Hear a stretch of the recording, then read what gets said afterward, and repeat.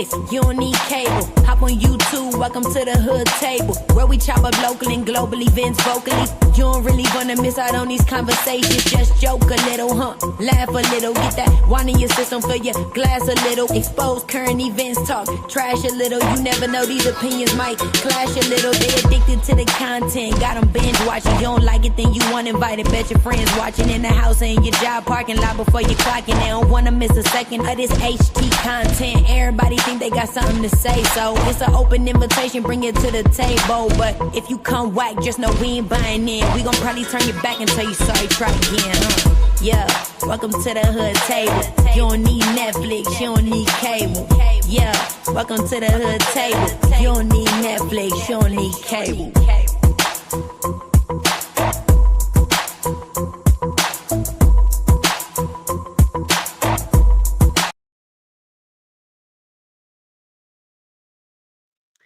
Hey, what's up, everybody? What is up? What is doing, yo guys? Is it hot as hell where you guys are as well? Child, it is 100 and I think 3. Let me look at this news real quick. It's 100 and hell outside. Let me just say that. Oh, okay, it didn't cool down to 95. All right. So yes, tomorrow's gonna be 100. Tomorrow, June 22nd, it'll be 100. Okay, we're gonna cool down to 88 Monday.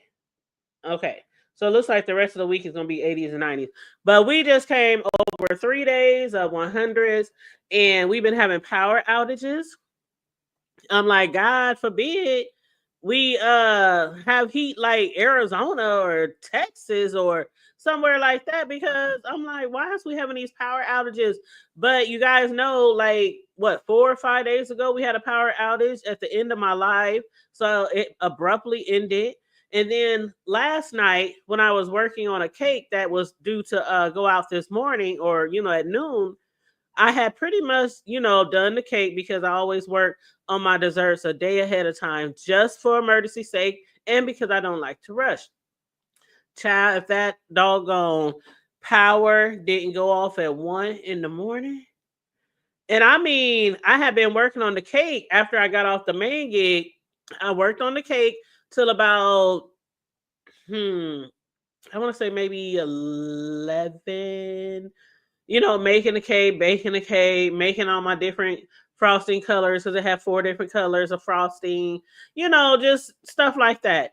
And I worked on it till about 11, and I laid down and I was like, I ain't sleepy. I'm like, binge watch some TV. If that damn air and TV done shut off around 1 a.m. Now, mind you, I have been working on the cake since like 3:30. So, and when I'm working on my desserts and shit, I'm like nonstop, don't eat, barely drinking water. I'm like, just go, go, go, go when I'm working on my dessert orders, just trying to get them done. So by the time I relax, I'm like, okay, let me unwind. I done made me a drink, about to watch me some TV. That's another thing I don't do. I don't drink when I might drink when I'm fucking around with y'all, but I don't drink when I'm doing my cake orders, because I've been a fucked up. Be like, how many eggs did I put in this bitch? Did I add the salt to the chocolate frosting? Did I? Child, You talking about hot? You talking about hot, nigga? Hot? I was so hot and baking so bad, it probably wouldn't have been so hot, but I was baking cakes. So, the heat in the house, even though we had the temperature all the way down with the oven on, it was warmer. So when the air turned off, I was like, oh God, it was already at like 75 degrees in here. Man.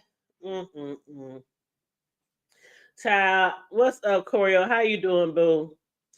I'm telling you, yes, it went off Corio at like 1 a.m. last night. So I called the peoples, and I'm like, now hey, I'm black, I'm from the hood, nigga. Every time our shit go off, whether it's cops, whether it's the Wi-Fi, whether it's the lights, I'll be like, damn, did I pay the bill? I'm like going through my bank statements. Yeah, I paid the bill. Did I make a payment arrangement with them? Yeah, I made a payment arrangement.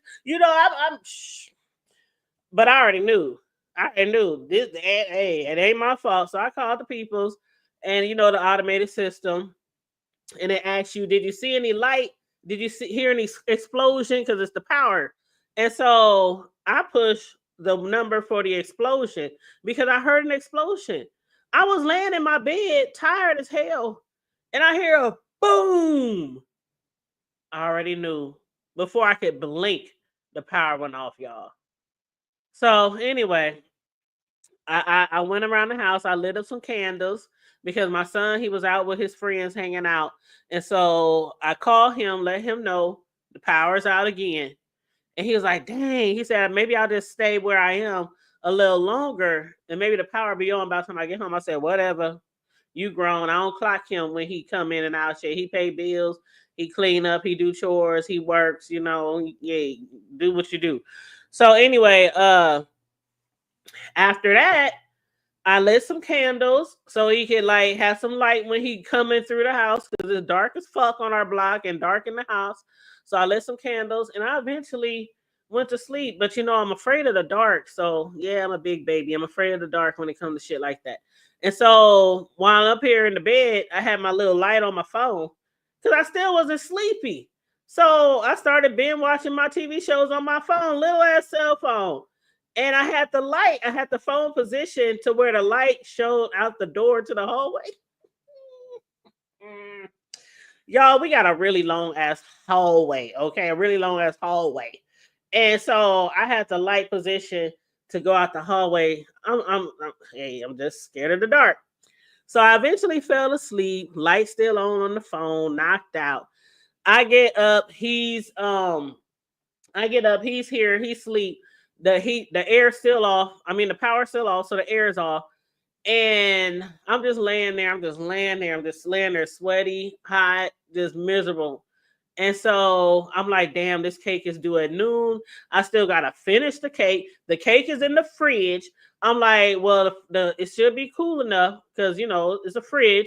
So fridges generally stay cool, what, 24 hours, maybe 48, you know, the bottom part, you know. So I was like, the cake should be cool, but I still had to make all these chocolate covered strawberries and I had to finish frosting the cake. And the cake was due at noon. And at 9 o'clock, the power was still out. Finally, the power came on around 9:30. And so at 9:30, I jumped my ass up. I mean, I still want to stay in the bed because I'm just tired and exhausted from the heat and shit. But I'm like, I gotta get my ass up so I get this cake done.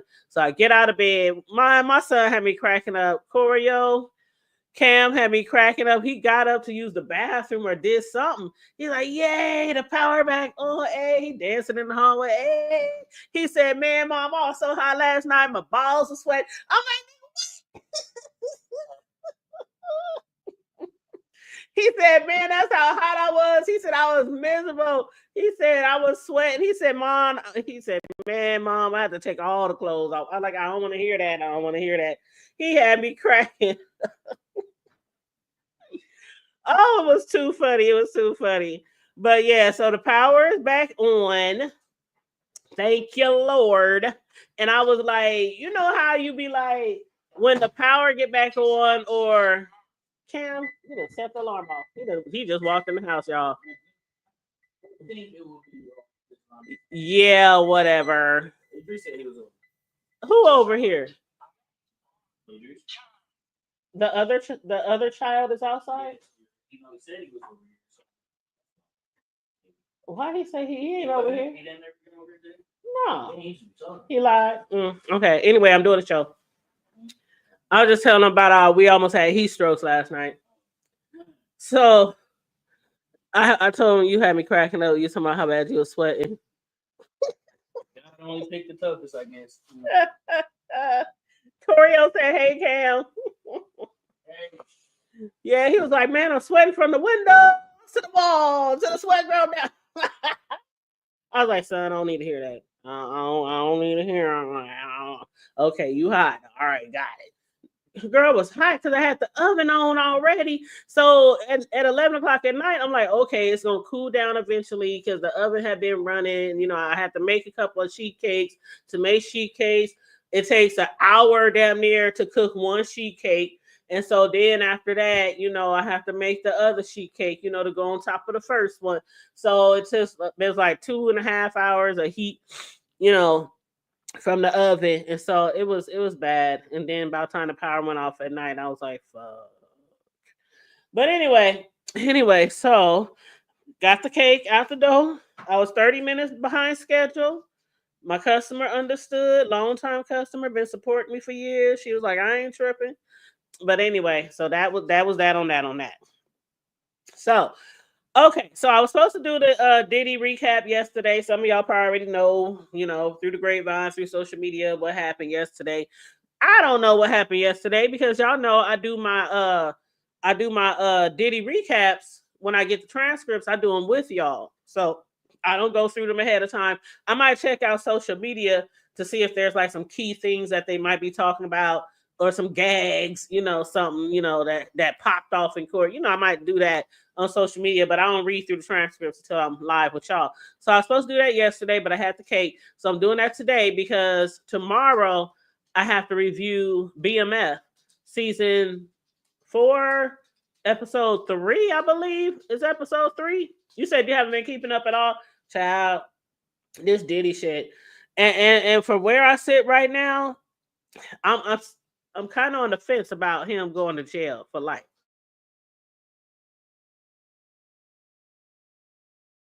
I'm kind of on the fence.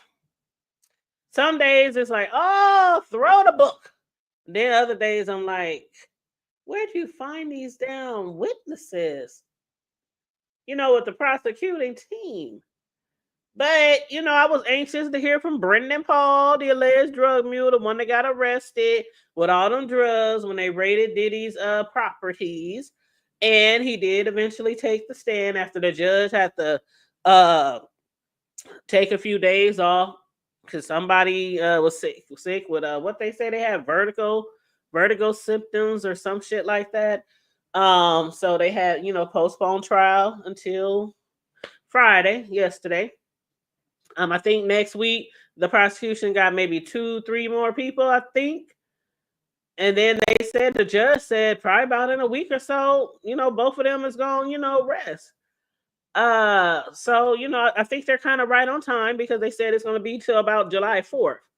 So, we right around the corner from July 4th. So I think they pretty, keeping a pretty, good schedule, even though it seemed like a lot of the shit that we've been hearing seems very repetitive, from all the witness, all the testimonies. But that also tells us one thing, that they're either all lying or they're all telling the truth, right? So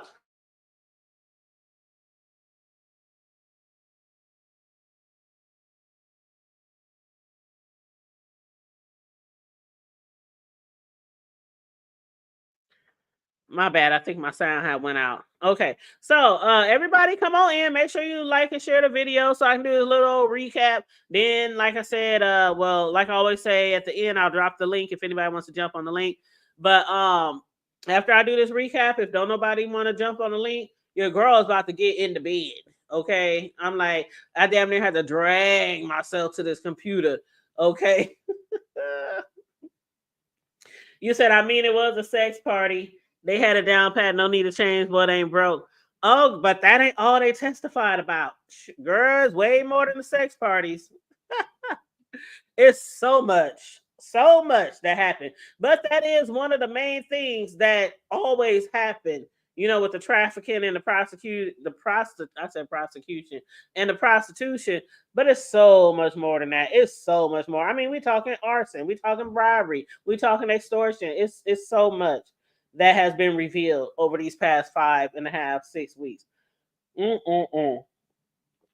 But so let me just say before I go on, though, to my beautiful friend, my beautiful choreo lover, my wrench holder, my supporter, it's so good to see you. It is so good to see you. I know a lot of people have expressed that too. It's good to see you in the chats. You've been away for a minute, handling business, life be lifing. And as I said the other day, when I was like, oh, all y'all who be asking about her, y'all can ask her. I'll be telling her that y'all ask about her, y'all send your love or all that kind of stuff. But you said, I think the video showing him beating Cassie It's good for at least 15 years because he probably did that. Yes, he did that on a regular basis, which is crazy because the way that he beat her at the hotel on camera wasn't even the worst beating she's ever received. Wasn't even the worst. She didn't had surgery on her head, stitches, all kind of stuff. He used to fuck her up. And not just her. Most of the women he fucked with, he would fuck them up and prostitute their asses out. Or traffic their asses out, I should say. Whew. Yes. It's a lot. It's just Choreo, when I tell you, boo, when I tell you, this is what I be looking like. When I be reading through the transcripts. This is what I be looking like. Diddy be looking like this? And I be looking like this. Especially when I heard that they had $48,000 of damage to a hotel because of baby oil. I still can't get over that. The drapes. We talking penthouses. The drapes soaked with baby oil like they were swinging from the chandeliers. Just, yes, Coria. The hotel. You know, one thing about Diddy is he always normally go to the same hotels, and he always book under one of his aliases. One of them is Frank Black, just one of his most used aliases for the hotels. He always had these freak offs at the hotels. Well, that's 99.999% of the time he have them at the hotels, unless he's having like his big parties or something like that.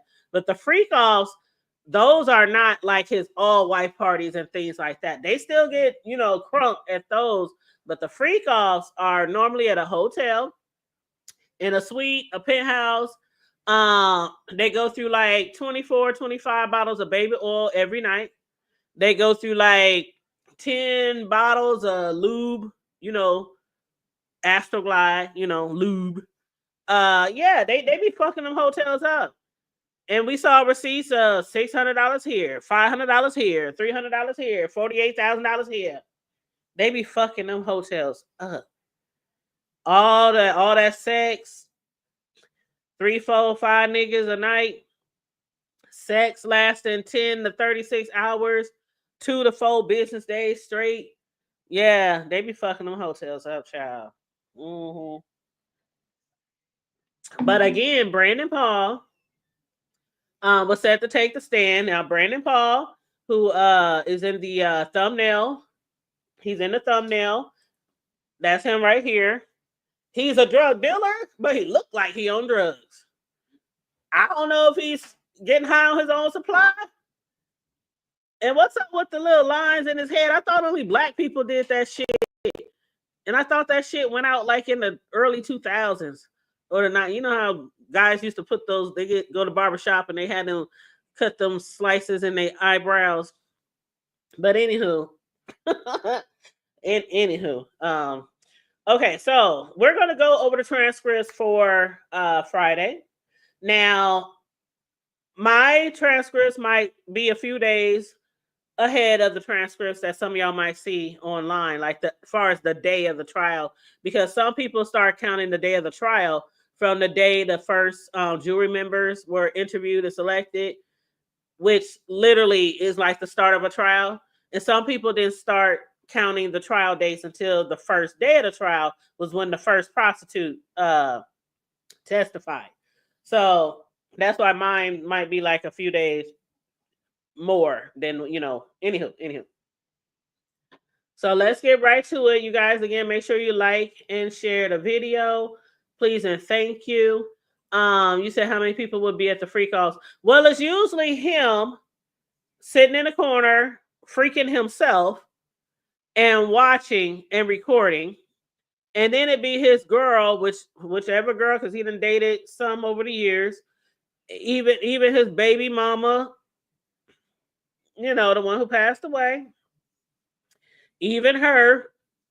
But it would be like 2, 3, 4 men a night. As many as the girl can go till she pass out from either, exhaustion or from the drugs. But a lot of times they will complain and they say they tired. They say, they sore. They too fucked up, too high off all the drugs he was supplying. Diddy be supplying all the drugs.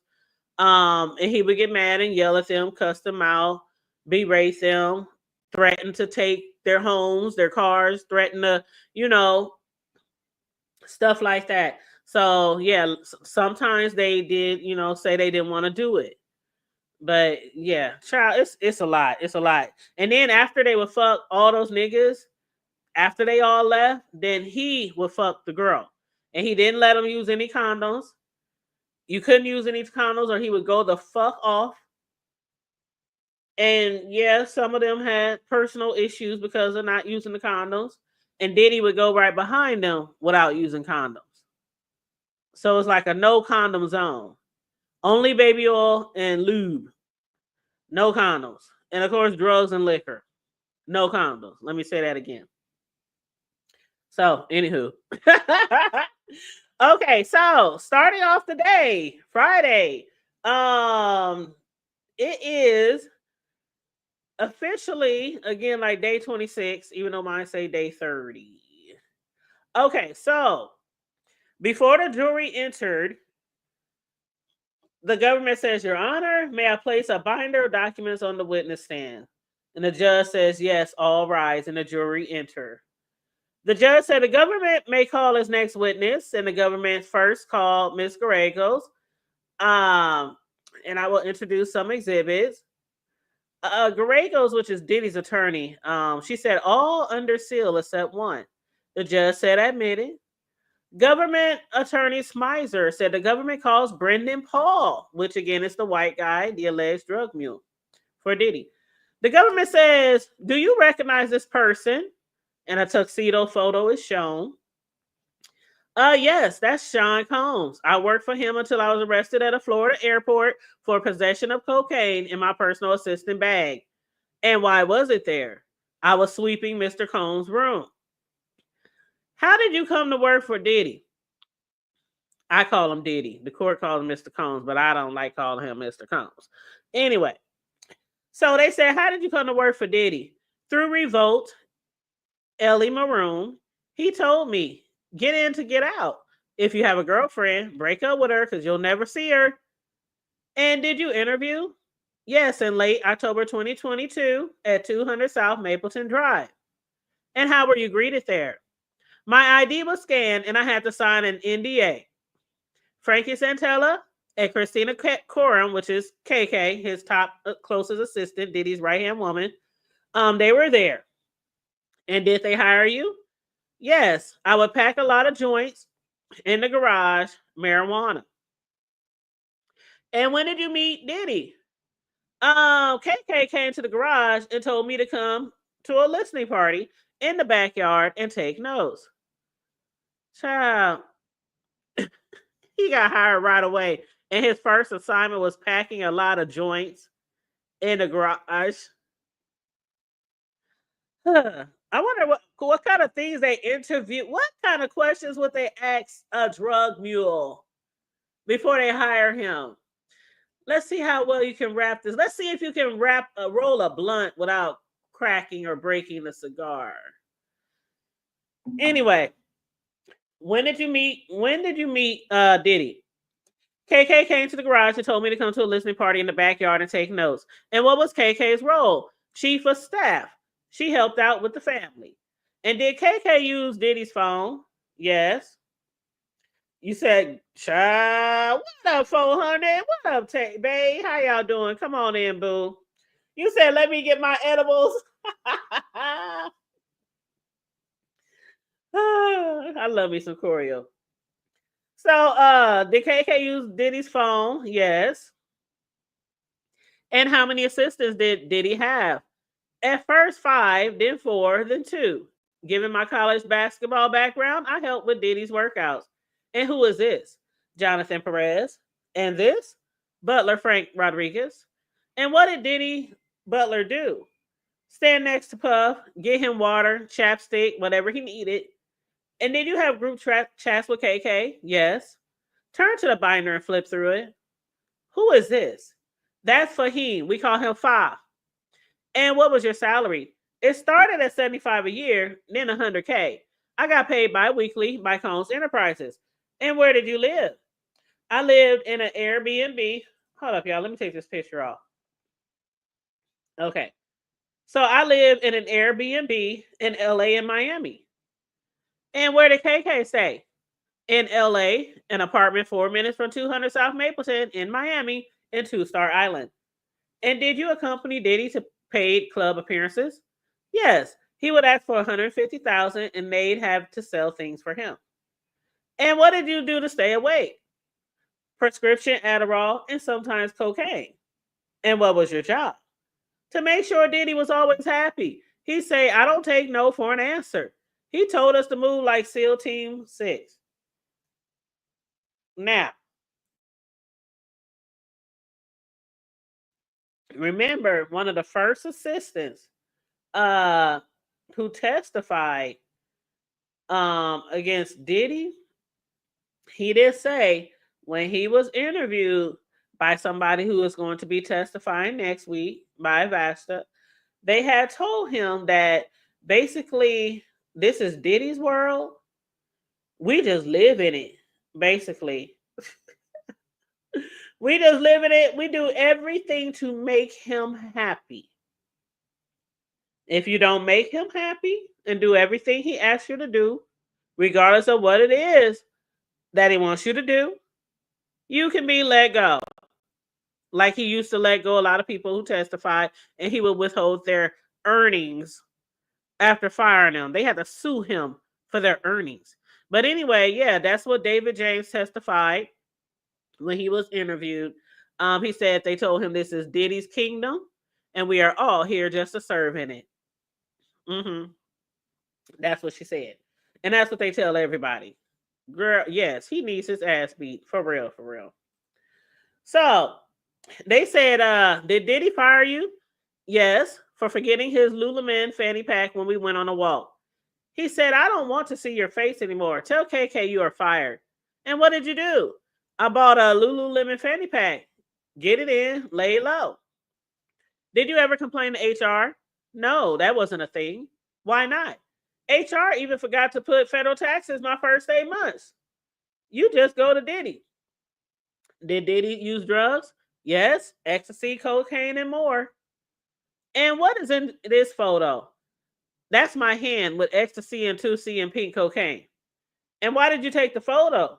To ask staff what to do with it after I found it. I was told to put it in his bag. And did you buy marijuana for him? Yes. From whom? Philip Pines. Puff like Sunset Sherbert. One stop. Guido. Baby girl. And I think it's spelled OEI. Those are the people who he got the drugs from. We didn't heard a lot about One Stop. We didn't heard a lot about Guido. Those are mainly the ones where he would get the drugs from. And who is this? That's Guido. They showed a funny smile on the face in a photo. Now, also, the government said, is this your chat with baby girl? What is happening? He said, Jonathan Perez is introducing me to baby girl. She asked me, is it for you or Puff? I replied, it's for Puff, but tell anyone it's for me. Why? Because Puff is high profile, so we use aliases. Did Diddy use Cialis? Yes, we put it in his nightstand. Your message to Love Red Phone, what does it mean? I call Puff Love. I be forgetting, y'all. Do y'all ever forget that Diddy called himself Love?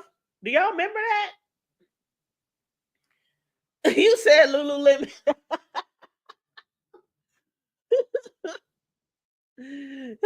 Man, all the companies that we talking about, pharmacies, hotels, oh my goodness. Thank you. Yes, everybody, please make sure you thumbs up the live. Hey, Sugar Mama, how you doing, boo? It's good to see you. But yes, he used to call himself Love. He had renamed himself Love. This was probably about, I don't know, 10, 15, maybe 15 years ago. He had started calling himself Love. And when I look back after all this shit we've been hearing over the 5 years, and after watching that tape with Cassie, you got the nerve to call yourself Love. How about Demon or Demon Child or Demon Seed? Love? Anywho. Um, he said, I call Puff Love. His red phone was personal, the business phone was yellow. And what did he text you? Zans. And how did you pay for drugs? Cash from the Gucci bag or security, usually for him. Now you know the Gucci bag is where Diddy kept the money to pay for the drugs and also to pay for the prostitutes. So that's what he's referring to when he say the Gucci bag or security, because sometimes the security will bring the money for the drugs or the prostitutes. Okay. And they said in this text, what is flowers? Marijuana. And did you also call it tree? Yes. Here Fahim tells me I'll get back paid once Duke comes on shift. And did Diddy have you take any drugs? Yes, to test his Tootsie. And did you want to take it? I wanted to prove my loyalty. And what were Wild King nights? Now, for some of y'all who've been following or been following the storyline, the trial, we know that Wild King nights is the same as freak offs. They call them hotel nights, Wild King nights. They call them freak offs. You know, they had different names for those events. And so they said, what were Wild King nights? He said, Diddy and significant others, drugs and sex. And did Jane participate in Wild King nights? Yes. And did Diddy other girlfriends participate in Wild King nights? Not that I'm aware of. And who calls them Wild King nights?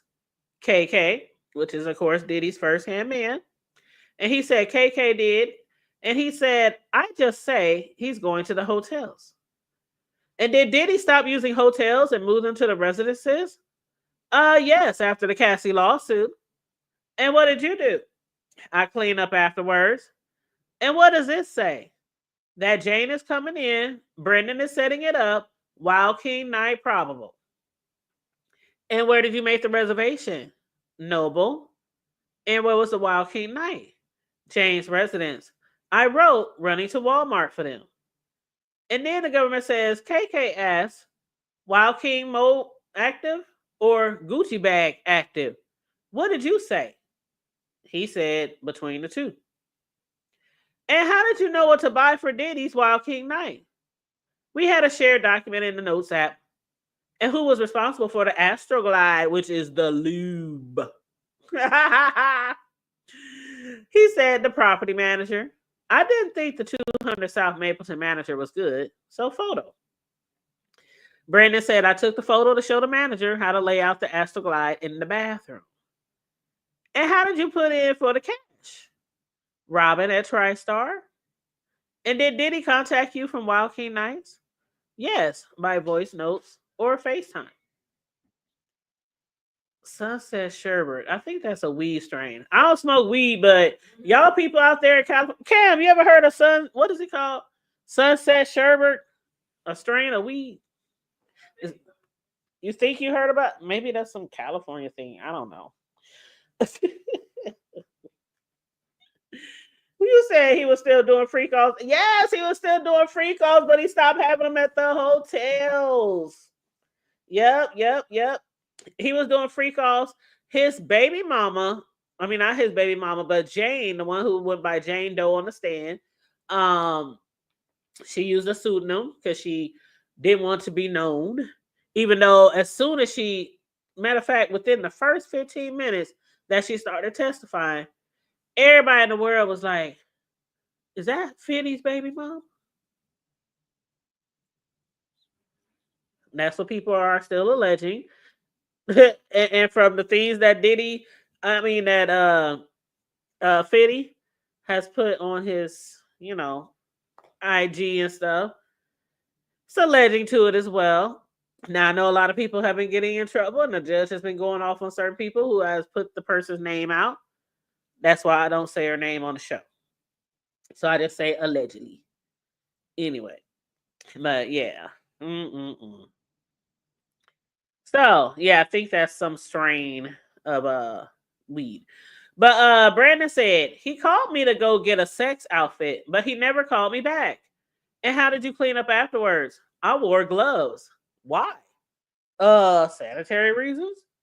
Is this a photo of the day of your arrest? Yes, that's March 25th, 2024. Rented jet. And the cocaine you were arrested with, was it for Diddy? Of course, Diddy's attorney, Brian Steele, objection. The judge said sustained. The government said, was it yours? No.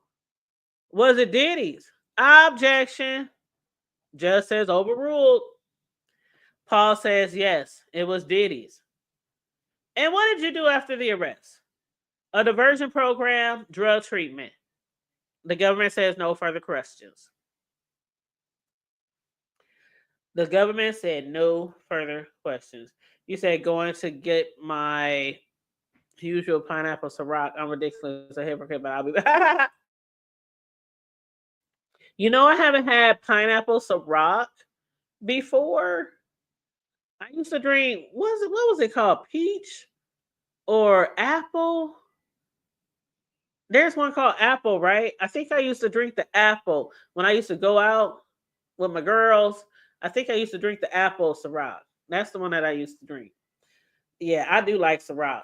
But now I'm beginning to wonder, what's all in that damn Ciroc? No, I'm just playing. I ain't making no allegations.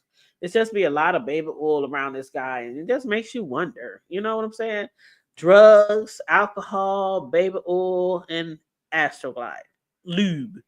But anyway, so Brandon said, the government said no further questions. So then Diddy's attorney, Brian Steele, does the cross. He says, you walked up to play basketball at Syracuse for an iconic coach. Yes. And you played UNC, but COVID ended it. Yes. Let me scroll down. And you weren't just a drug mule, were you? Objection, says the government. Judge says overruled. Brendan Paul said, I was not just that.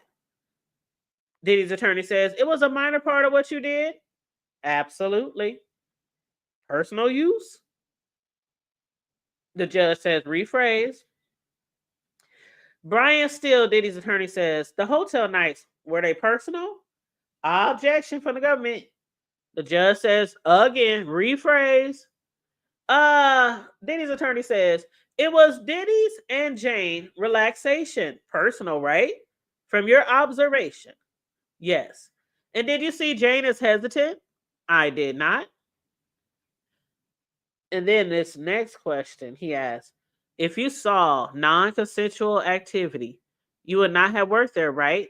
Objection, says the government. Sustained. Brian Steele, Diddy's attorney, says, you would not work for a criminal, would you? He says, no. You care about your reputation?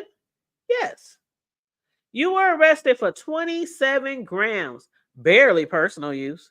It was a mistake, right? Yes. And was the case dismissed? Yes.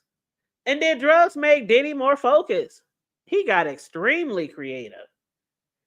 And as you sit here today, are you indebted to Diddy? Good experiences for the most part. No further questions, says Diddy's attorney, Brian Steele. The government asked for a sidebar, and the judge says yes. So they're having their little sidebar. So I don't know where we're quite going to go with this, but so far he did say that the drugs in that duffel bag were for Diddy. They were not his. We know that it was much more than for personal use. And it's crazy how he just got off with a diversion program. So maybe it's not enough drugs to give him serious time, or maybe it was his first time being arrested. I never really looked into his background per se to see if he had a lot of charges before, or drug charges, or whatever. They call him Diddy's alleged drug mule. And I'm wondering what makes him the drug mule compared to all the other people that he get his drugs from. So maybe he got the drugs from the dealers, and then he would deliver the drugs wherever Diddy need them, because they always had drugs no matter where they went, whether it was in the United States, whether it was out of the country. They always had cocaine, ecstasy, Molly, baby oil. I mean, and Ciroc.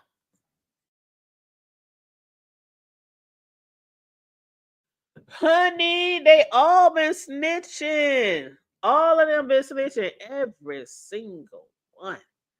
From his security guards to his bodyguards to his assistants to his ex-girlfriends. Corio, you know Jane Doe, the one on the stand that's allegedly 50's baby mama. You know he's still paying her rent. It's like $10,000 a month. Her bills.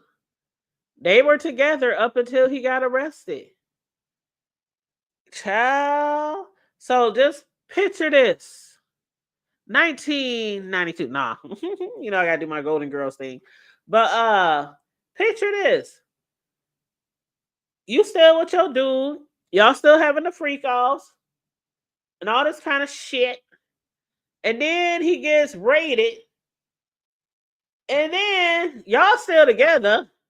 He's still paying your bills because why? He put her on payroll. He had the HR put her on payroll even though she don't work there. That's how she keeps getting her bills paid.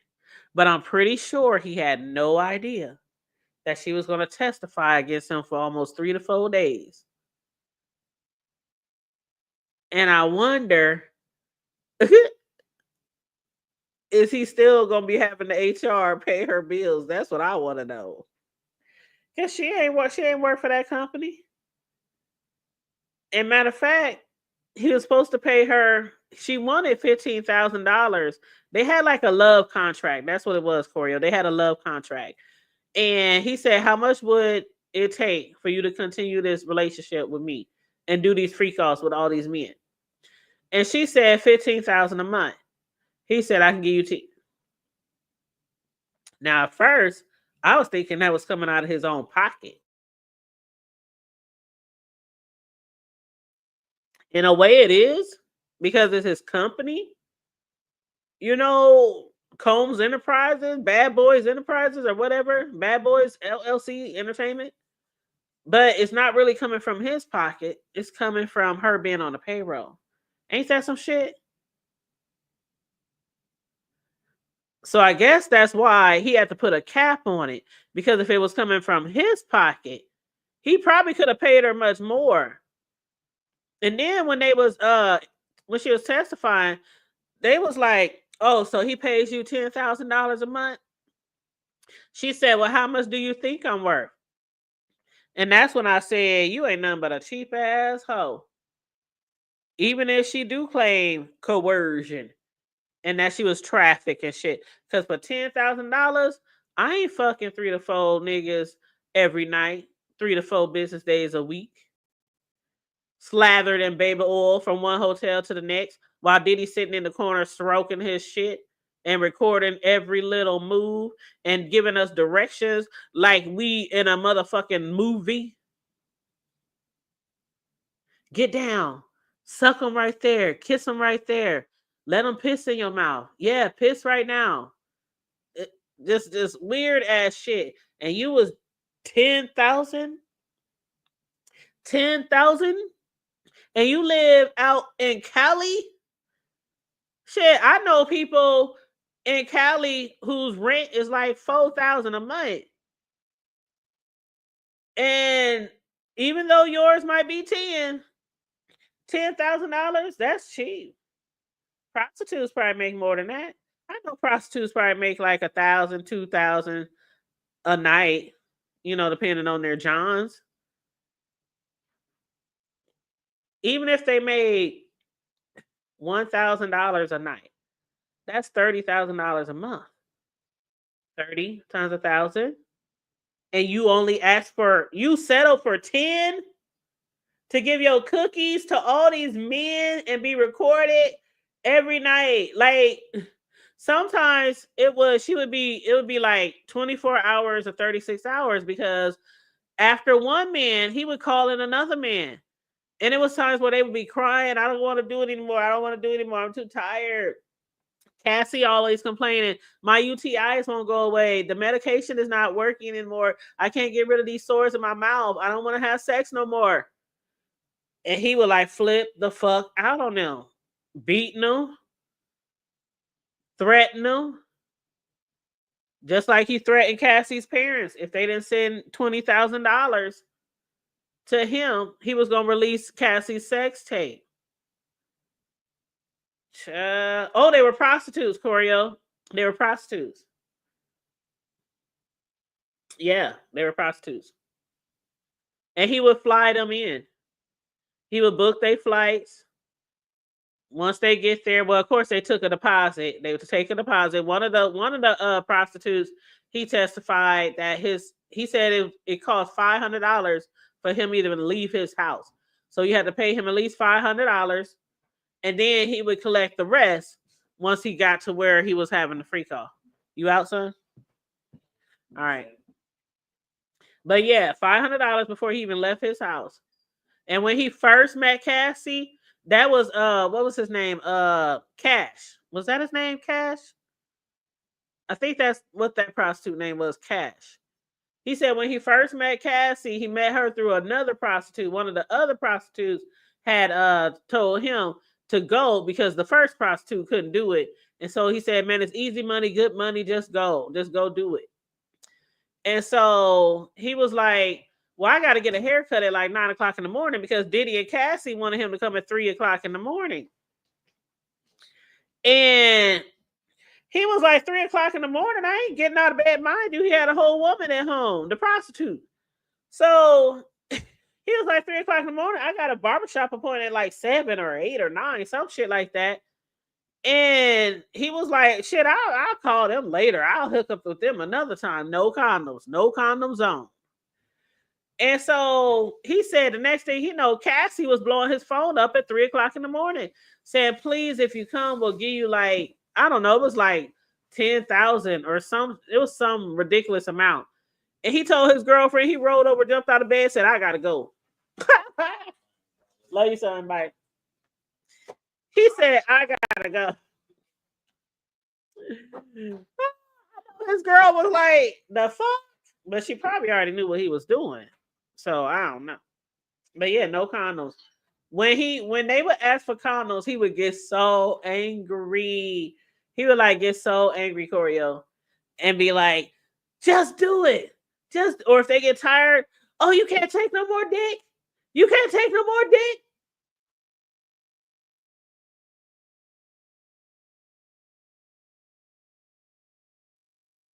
And that's why I and other people firmly believe, allegedly, that Diddy was recording all these sexual acts for the dark web. Because that would only make sense for me. Like, I understand people who are voyeurs. Some people like to watch people have sex. They like to watch porn, things like that. But for him to direct you, and you go through 24 bottles of baby oil every night, and he has so much lube on hand to keep you lubed up if your cuckoo get too dry. And again, he's recording the whole thing and directing, telling you the prostitutes are like, he would tell me what to do, how to touch her, he would tell his girl what to do, how to touch him, kiss him, suck him. He was directing like it was a movie. And so that's why I firmly believe that, allegedly, that some of that shit might be on the dark web. You know what I'm trying to say? Yes. Like he probably making a whole bunch of money for those videos. Like seriously. That's what I think. I don't know. Allegedly. But anywho, moving right along. So after the sidebar, let's see. Okay. So after they came back from the sidebar, the government said, did you know what was happening in the Wild King Nights? They're still talking to Brendan Paul, the alleged drug mule of Diddy's. Diddy's attorney says objection. The judge says rephrase. The government says, were you there? No. What did you think the $5,000 was for? Objection from Diddy's attorney. The judge says sustain. The government said, did you give Diddy $5,000 cash in another context? He said no. You said you would work for a criminal. Hold on, let me repeat that. You said you wouldn't work for a criminal, but you bought drugs for. That's what I was thinking, y'all. But I just didn't say nothing. I'm just going with it.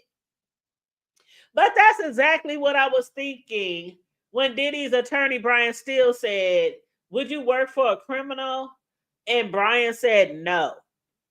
And in my head, I'm like, hold up, swole up. You buying drugs and you dealing drugs and you moving drugs, you transporting drugs, and you wouldn't work for a criminal? Child. Okay, so anyway, the government said you wouldn't work for a criminal, but you bought drugs for Diddy. Yes, more than 5 times, less than 10. He kept track, I guess. How do you feel about Diddy? It's complicated. No further questions from the government. Diddy's attorney, Brian Steele, no recross. The judge says, thank you. You may go, Mr. Paul. And Brandon leaves. Damn. They let him go already? Was that it? I thought we was going to get some real juicy shit.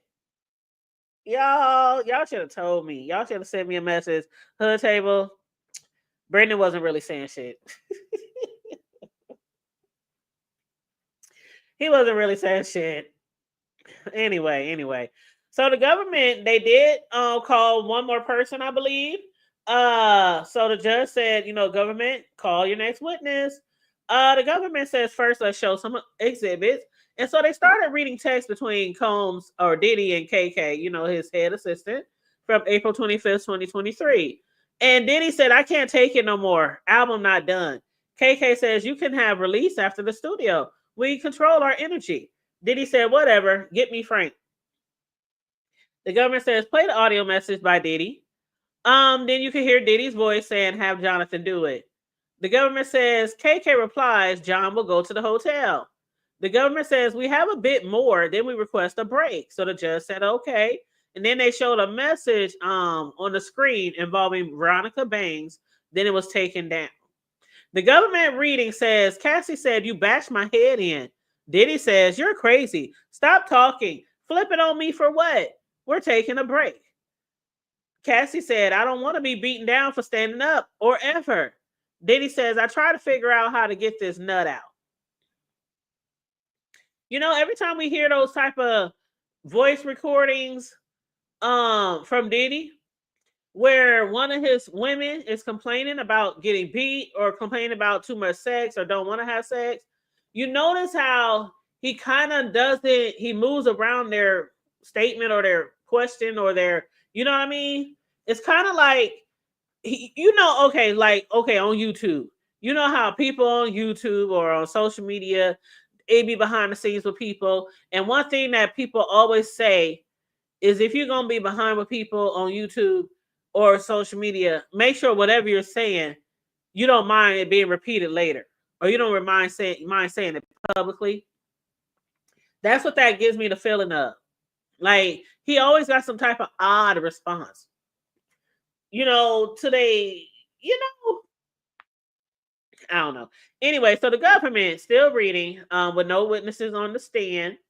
They said, Cassie said, all I wanted was to have a good time, and you took all your anger out on me per usual. You dragged me down the hall by my hair. This is not play fighting anymore. I was serious about Rita coming over. The government says, reading, Boris had to tackle you. Puff, that's not love. That's possession. I have bleeding cuts. So we heard about this before. Boris had to tackle Diddy to get him off of Cassie. That's how bad he would be beating her ass. That's how bad he would. I remember when they said they went to a Prince concert and one of Prince's bodyguards had to get Diddy off of her. Like, he would beat her ass and publicly at that. But anyway, Cassie said, Boris had to tackle you, Puff. That's not love, that's possession. I have bleeding cuts. And Diddy said, I'm not going to let someone shit on me when all I've done is be nice. You don't treat me like a king. You acting like a bitch. See how he navigated around the you hit me, you had to get tackled. That's not love, that's possession. I'm bleeding, nigga. I'm bleeding. And what does he say? You're acting like a bitch. See, that's what I'm talking about. It's like he was always being very, very careful with his responses when his women would text him or send him voice notes about the bad treatment they're receiving from him. He would never say, "Oh, I'm sorry for hitting you," or "Oh, I didn't mean it," or "Oh, I was so angry," or "Oh, you know," the natural response from a guy or from an abuser. So it was like, was he always thinking that eventually one day he would be arrested for some bullshit? I don't know. Y'all let me know what y'all think. So the government continues reading. This is from Cassie to Diddy. Talk to your people and they'll tell you, or they won't. Since all they do is suck. Wait a minute, suck you. I think that they put a asterisk after the S, and then there's a CK. So I'm assuming it's all your people do is suck you. It can't be sick you. Anyway, suck you. Okay, we'll go with suck you. I asked to have my record come out after 1,000,000 years. So this is like her probably talking about one of her records because remember he promised her 10. She had a 10 album deal. And we never saw them. Then Diddy's attorney says, I would like to read other portions of those exhibits. The government says, may I confer with Diddy's attorney, Gragos? The judge says, of course. And they took a break. And when the jury was out, Diddy's attorney, Grego, said, we want to read in the next page. Cassie saying, I love our free calls when we both want them. Hear that? Cassie texted Diddy and said, I love our free calls when we both want them. The judge says they are already in evidence, but for some reason we are just reading these to the jury. There was no objection by the defense. Diddy's attorney says this leaves a prejudicial impression with the jury. The judge said, what's your basis for what you want to do? Diddy's attorney says, we didn't know they were only going to read portions. The judge says, you just want to read the 4 messages? And Grego says yes. The judge says, I think it's fair for the defense to read the 4 messages. The government says, I didn't intend to be misleading. So if your court is saying these 4 shouldn't be read, I should be the one to read them. The judge said, fine, whatever. Whatever, let's take a break. And so then when the jury re-enters, the government says, let me read again. I had read the wrong version. Cassie to Diddy. Cassie said, you want to party and have a good time? I have to focus or I have to focus if I'm ever going to become anything. You treat me like a hooker for 10 years. I love our free calls when we both want it. So that's what the whole message has said. That was 4 messages or 4 lines. You want to party and have a good time. I have to focus or if I'm going to ever become anything. You treat me like a hooker for 10 years. I love our free calls when we both want them. Cassie was scared. He never lived up to his contracts or paid his people. That's right. That's why they were always suing his ass. They were always suing him. And you know his people worked around the clock, Corio. They worked around the clock. And some of them was only getting paid like $50,000 or $75,000. Hell, most people make 50 to 75 working a 9 to 5. Well, I ain't gonna say most, but a lot of people do make like 50 to 75 working 9 to 5. They would work all day. Like all day. Sometimes they would work for days, no sleep, no food. So you working like 100 overtime hours and he paying you 50, 75,000 a year? Mm-mm-mm. Mm-mm-mm-mm-mm. I guess that's how he stays so rich. I guess. Up until this court trial, he went from a billionaire and now he's a 400 millionaire. He lost $600 million since his arrest. He lost $600 million since his arrest. He was a billionaire and now he's worth 400 million. A lot of money to lose. You have a lot of, we all have a lot at stake. Even if we have what one would probably say a regular job, family, house, car, children, grandchildren, you have a lot at stake. You don't realize that until you lose it. Until you lose it. Even if it seems like you don't have a lot at stake, you lose that shit. You end up jail or something, and you can't see your grandbabies no more. They mama and daddy ain't letting you they don't want the kids to go to prison to see you. You lost your house, your car. And when you're a billionaire, you have you have a billion reasons why you shouldn't do some of the fuck shit you be doing. That's right. They like the close proximity to fame. That's what I'm talking about. That's what I'm talking about. 75,000. Now, for somebody who might not live, so I'm not even gonna say you ain't even gotta try to live like out, like the Joneses. 75,000 is what most people at least need at the minimum to survive. The way the economy is set up now, like, okay, y'all know I'm a personal professional custom cake decorator. Now, when I started doing this shit 10 years ago, let's see, a bag, y'all buy groceries, so y'all know I ain't lying. A bag of powdered sugar costs like $170. On sale, $150, $60 from Walmart. You know how much a bag of powdered sugar is today? It's like $3.90.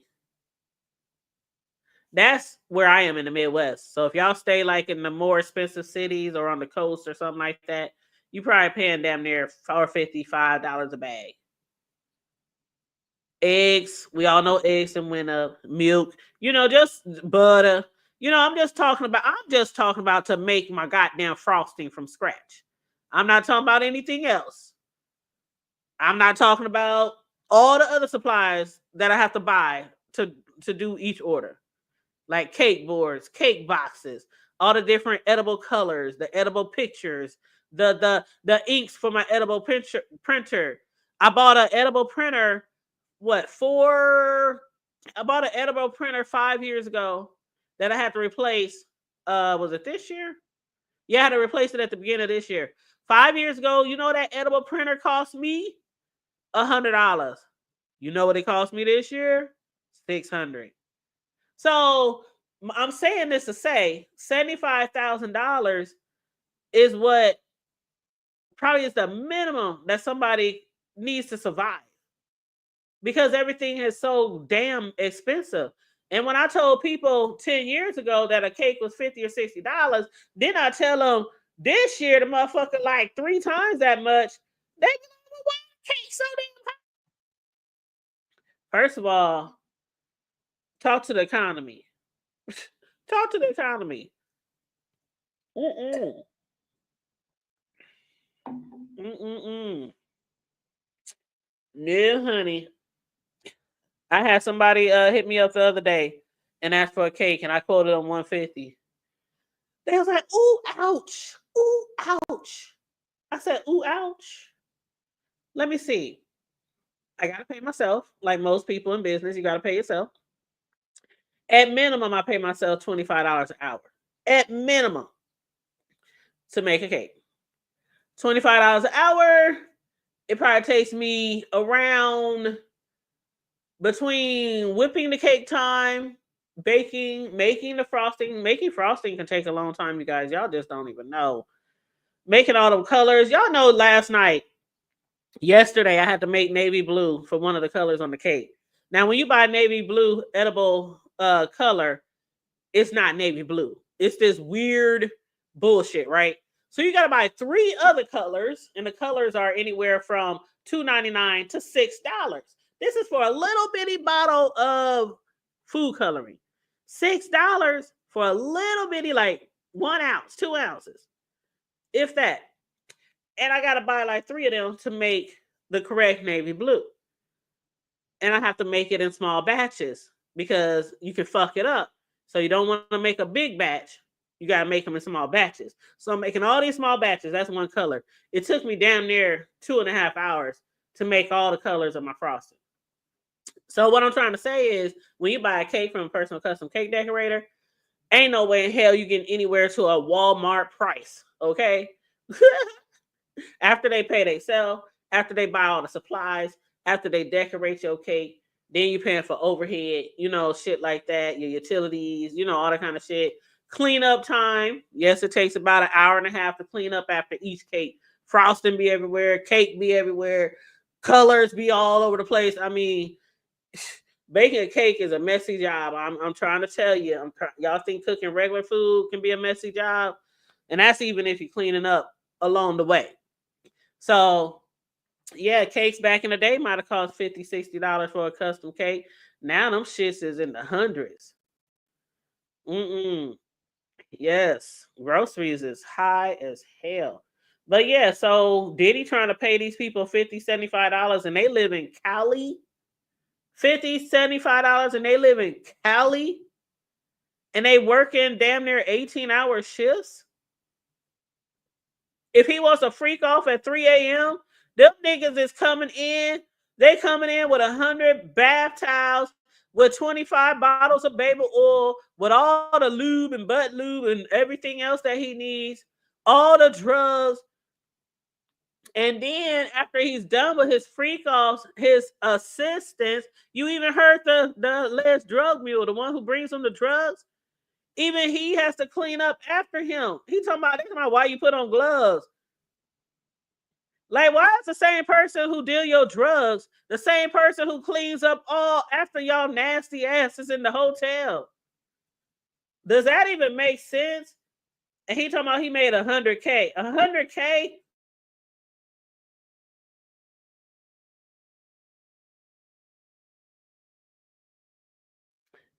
Yeah, sugar mama. That's why we charge a lot, because cakes from the stores they already made. Any cake you buy from the store is already made. They don't make cakes at the stores. I mean, back way back, and I mean way back in the day, they used to make cakes in stores. But now if you ever go pick up a cake in a store, you'll never smell cakes cooking, the aroma, of the cakes, different flavors. You'll never smell that. They order the cakes like 100, 200 at a time from a manufacturer. They send them down, flying down an assembly line. They box them up. They freeze them. And they ship them to Walmart, Costco, Sam's, wherever the cakes go to the stores. And they ship them. And then once they get them frozen at the store, they can keep them frozen for up to 6 months. And they can keep frosting. They get frosting in big barrels, big tubs. And the frosting that they use, because the cakes is already frosted, they're already covered. But you know how you go to Walmart, you might say, I want some flowers on here, or I want a little heart on there. So they do have, they might put a little something on there, little design with the frosting. They can keep their frosting for up to like 90 days frozen. So that's why a lot of times when you buy your cakes from the stores, sometimes it might take fresh. Sometimes it might be like dry. Sometimes it might like the frosting is nasty. Sometimes the frosting might be good. Sometimes, it depends on how long them shits been sitting in the freezer. You know what I'm saying? Yeah, a lot of people don't know that. So Walmart don't do shit. Like the heart cakes that most people charge like hundreds of dollars to make. Walmart, people was going around saying Walmart only charged like $20, $30 for a heart cake. That's because they ordered them already made. They just shipped them in. Somebody else made them. They made like 100 or 200 at a time and shipped them to Walmart. And all Walmart got to do is hand it to you. That's why Walmart and stores don't charge shit for cakes, because they order them bulk already made. But a lot of people don't know that. So that's just a little cake decorating tip for some of y'all who, you know, might be interested in buying cakes or always wonder why cake decorators charge so much more. Yeah. But so anywho, yeah, Diddy underpays his people. I truly agree.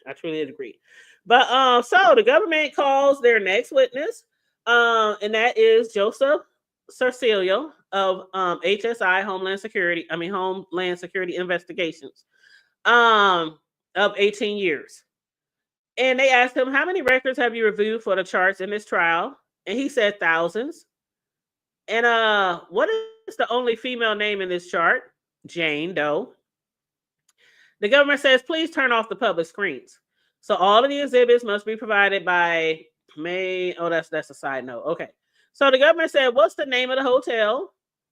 It's called One Hotel South Beach, Philippines, from May 22nd to May 23rd of 2021, $3,050 for one night. That's a lot of money. This nigga paying thousands and thousands a night at hotels and only paying them chump change to clean up after they nasty asses. Ugh. Okay, and they said, and what's this flight? He said, that's Jane by JetBlue from New York to Miami. And with the public screens off, they played the IG videos with a lot of loud music. And the government says, does the man dash match up? And Cerciello says yes. And the government said, what's the name? Jessica Ruiz, Diddy's travel agent. And what was the charges for losses and damages? $6,000.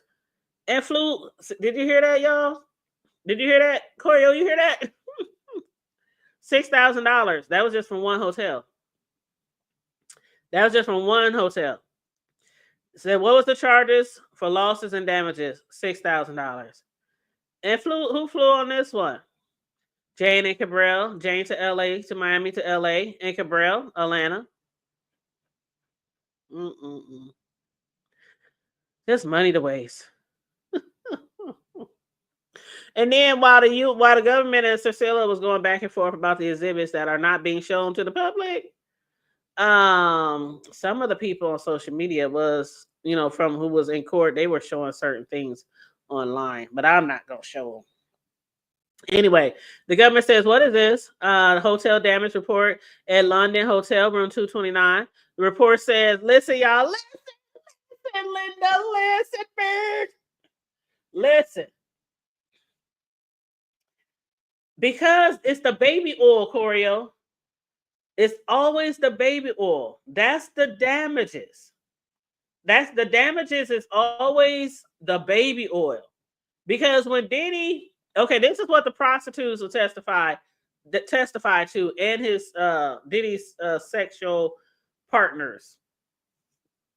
Diddy likes to use, when I say 24 to 25 baby bottles each night, because the women are usually having sex with 2, 3, 4 guys. And they said, Diddy, you have to be just super greased up. Not just a little baby oil. It got to be like raining baby oil. And Diddy be instructing them to do shit. And I don't know what the fuck, but I know one of the hotels said the curtains was destroyed. And I'm like, what the fuck y'all doing with curtains? I don't understand.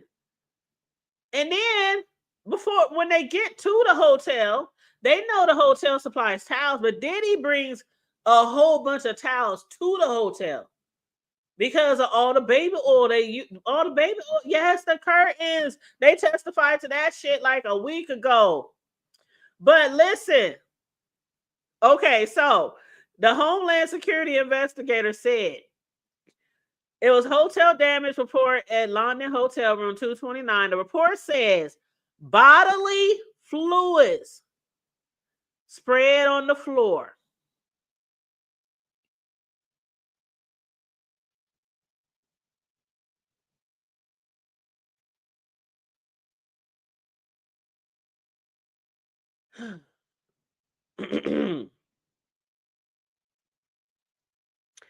Bodily fluids spread on the floor. They showed the pictures in court. Of course, they didn't show it to the public.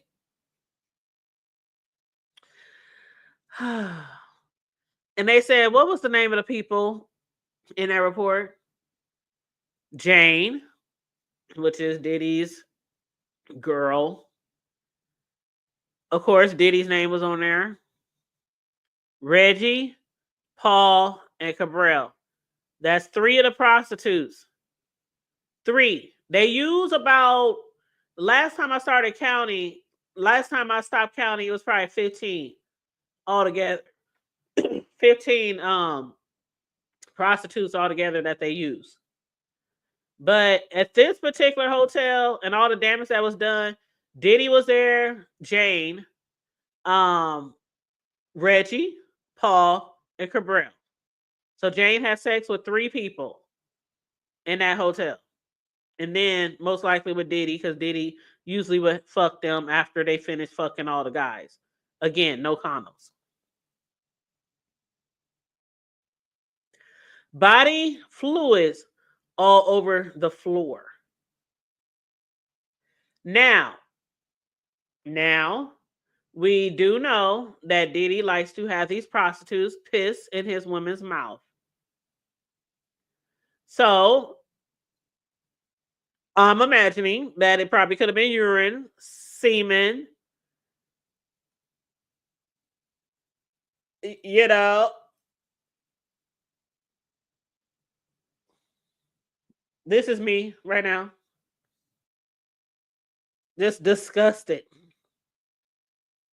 Just disgusted. And this what happens when you don't use condoms. Because some of the testimonies was, from the freak offs, that sometimes the men would finish inside, and then sometimes the men would ski skirt somewhere. So I'm sure if they were ski skirting somewhere and not wearing a condom and not releasing it inside of the woman, it had to go somewhere, right?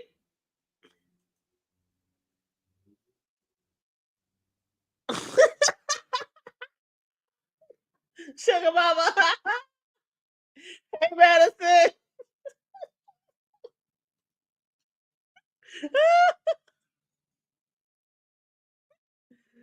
Oh, child. Oh, child. Oh.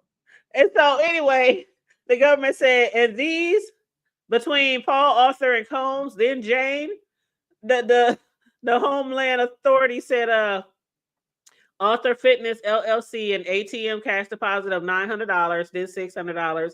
And this one, more hotel damages. And the government says Fahim's cell phone was seized. Yes. Then Diddy's attorney says, Your Honor, please take that one down. You know what? The picture of all the bodily fluids all over the place that was only showed to like the jury and of course like the attorneys and shit. It wasn't viewable by the public or the people sitting in the gallery, right? But Diddy's attorney even was like, Your Honor, could you please have him take that picture down?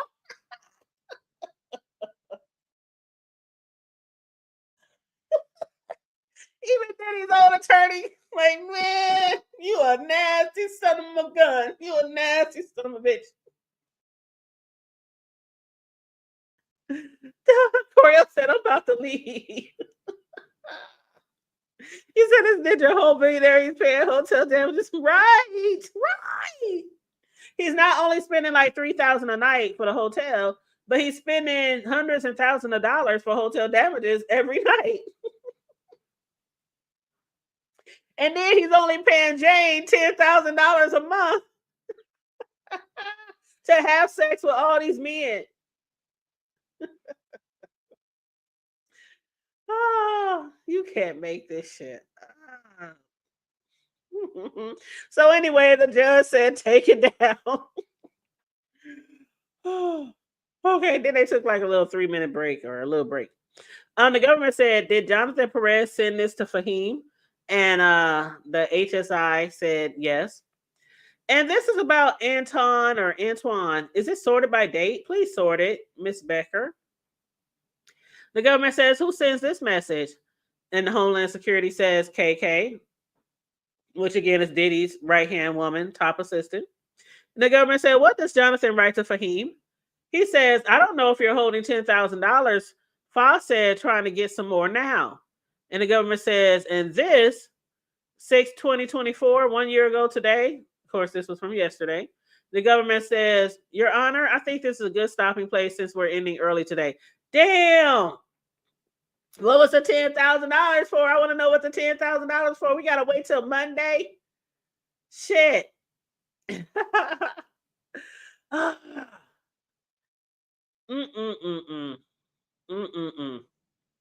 What was he holding the $10,000 for? I wonder if that was for. I wonder if he was holding that because he know he's going to damage the hotel. He already know in advance. Say that's your face, man.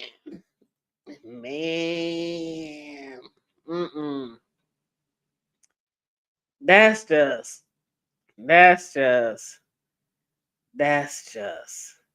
And you know that face that I be putting up there? That's just a doll. I found that on social media. That doll. Well, of course y'all know that's just a doll. I think somebody created that somehow, probably AI or something like that. This is my really appalled face right here. That's my appalled face right there. Like, what the fuck? You nasty motherfucker. You nasty son of a. You. See, it's kind of similar, ain't it, to the baby doll?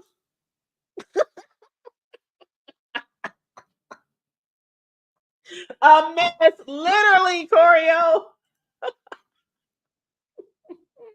And this is Diddy.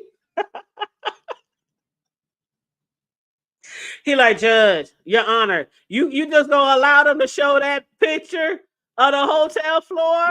All them.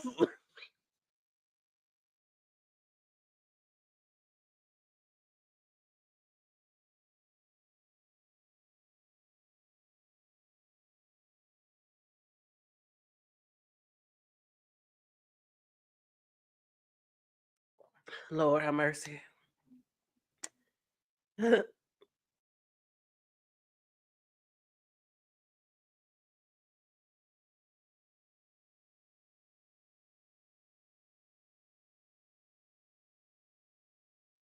That's Diddy looking back. He looking like, that ain't me. They got the wrong guy. I ain't going down for this shit.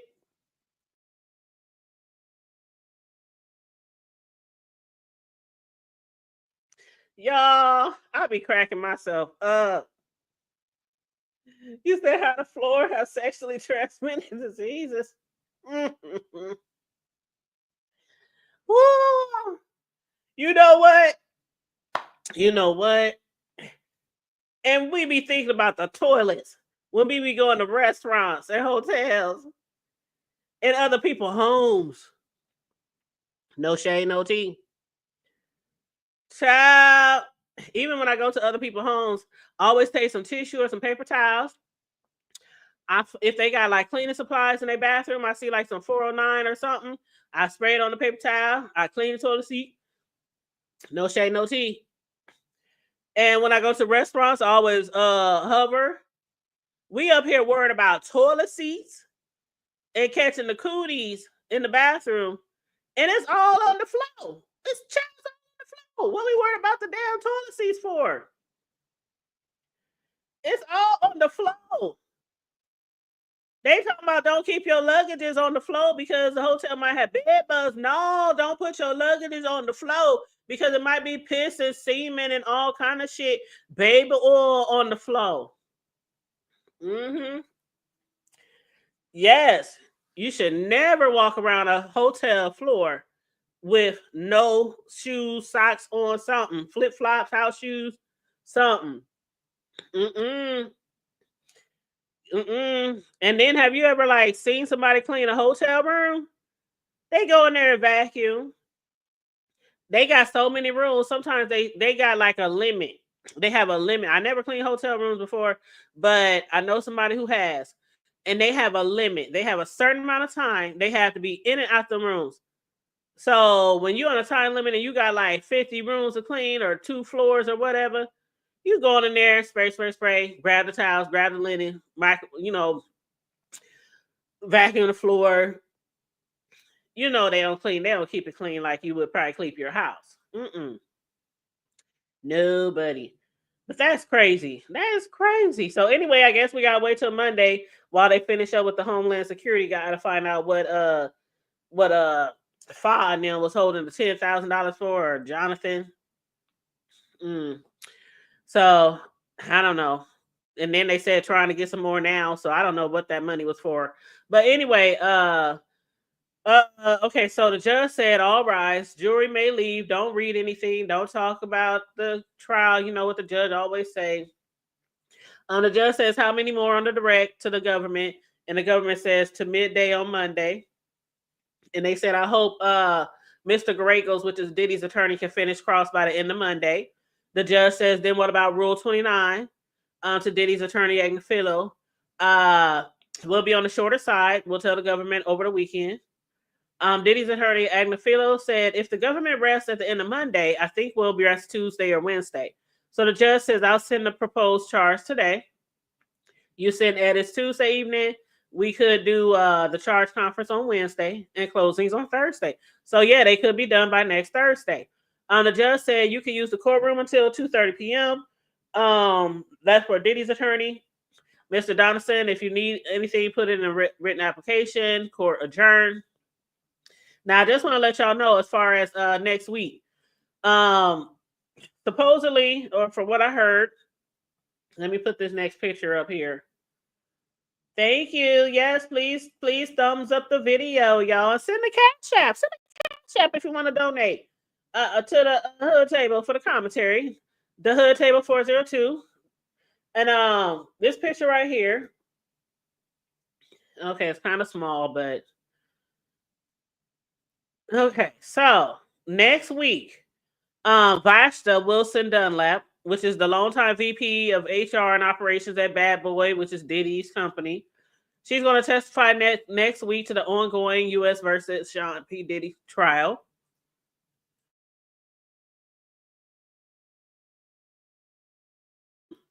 Now, let me see what it says here.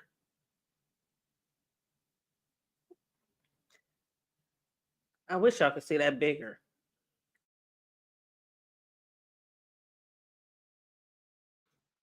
I'll read it for you.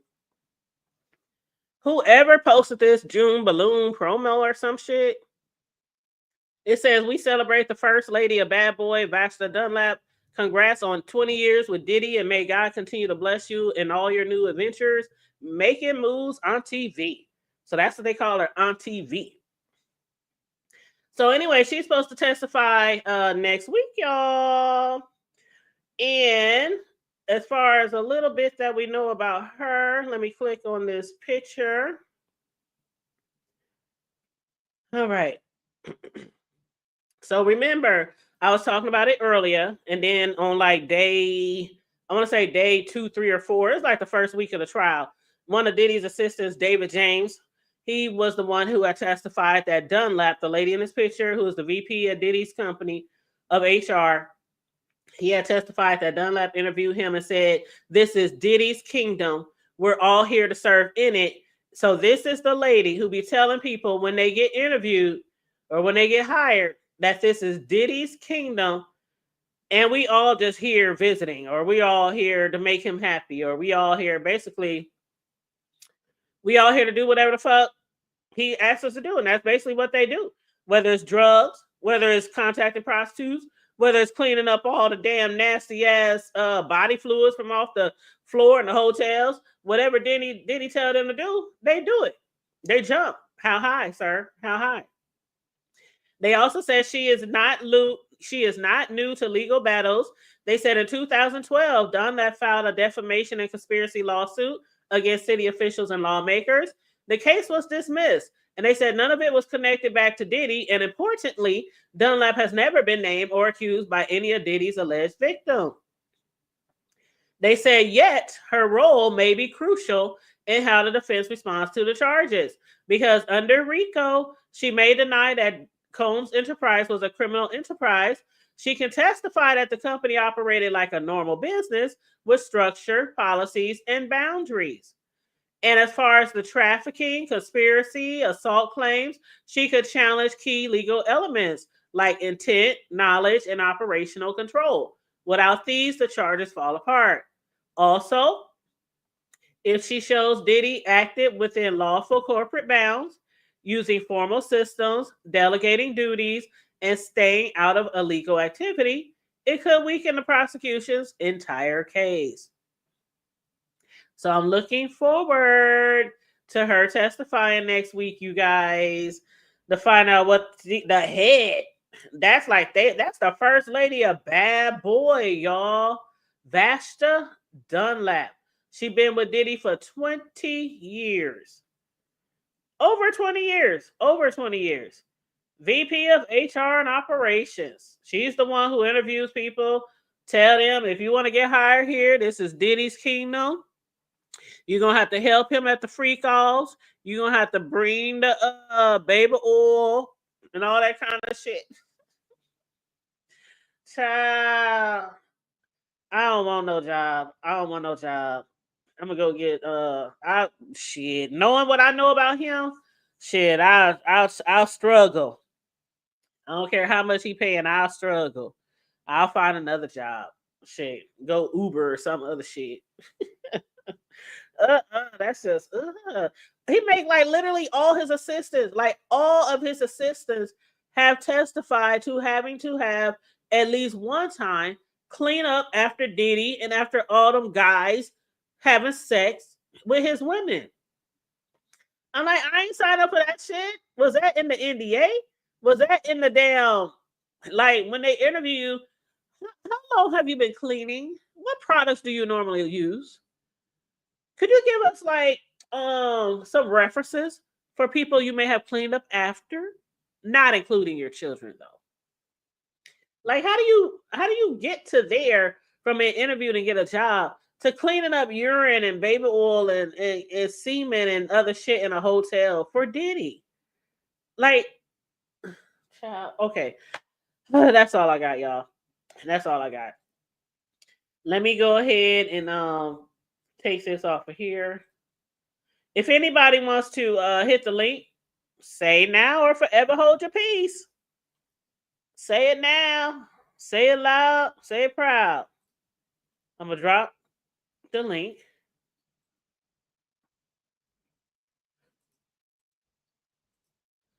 Okay, so there's the link. I dropped the link to the StreamYard. So if anybody wants to join me for a few minutes, feel free to hit the link. Otherwise, I'm going to bounce up out of here. And like I told y'all, it's been a long couple of days.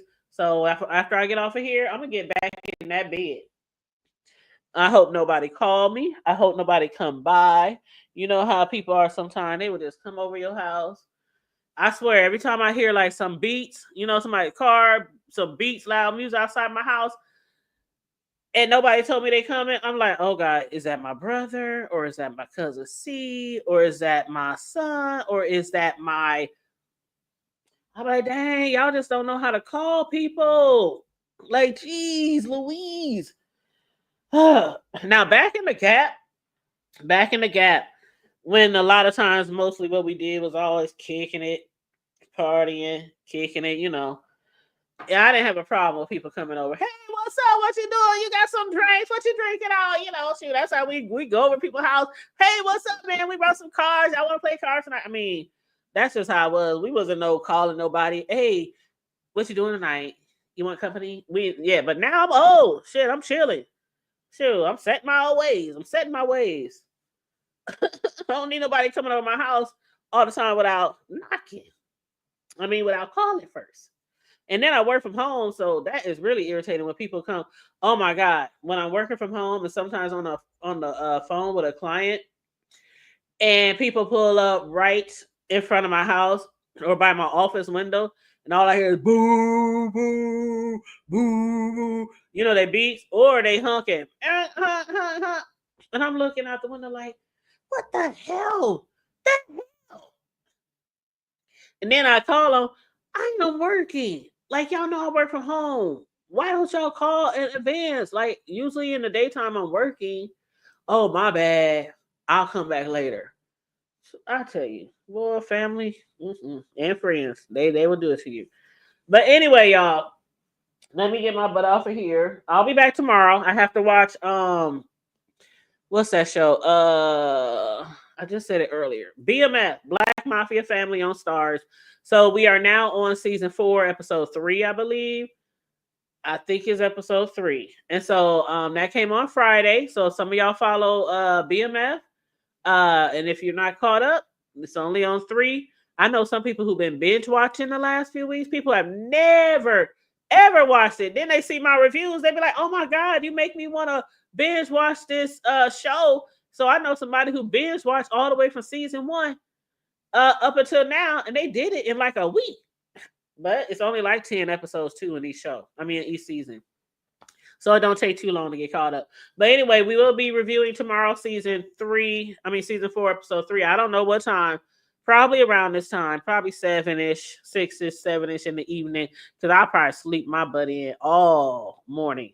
And just be chilling and shit. But other than that, you guys, please, if you haven't already, on your way in, on your way out, please like and share the video.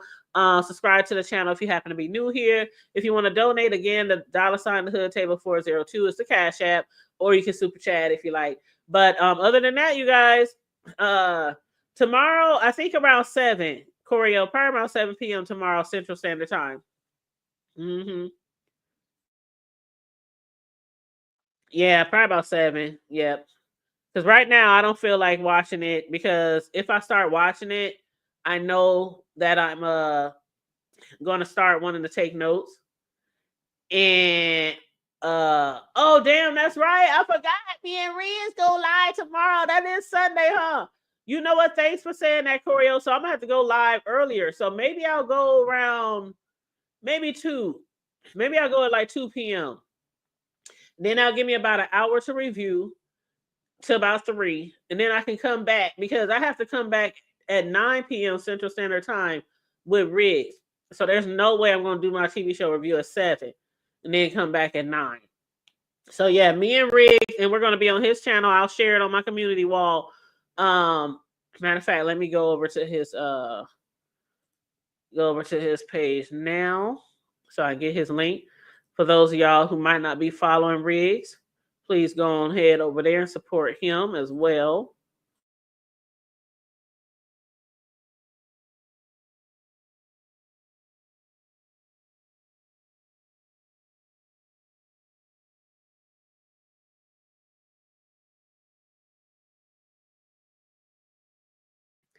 All right, so I just dropped Big Rig's channel. So we'll be over there tomorrow night at 9 p.m. Central Standard Time. For him, it's 7 p.m. Pacific Standard Time. But for me, it's 9 p.m. Central. So I'll probably go live around like 2 p.m. then to do my BMF review. Thank you so much for reminding me. Of course, I would have figured it out and remembered it, but for the people who watching, I'm glad you reminded me so that I could tell them the correct time while I'm up here live. But other than that, you guys, again, like, share, and subscribe. Stay safe. Be blessed. Remain vigilant at all times. And always remember to keep it hood. I'm out. Bye.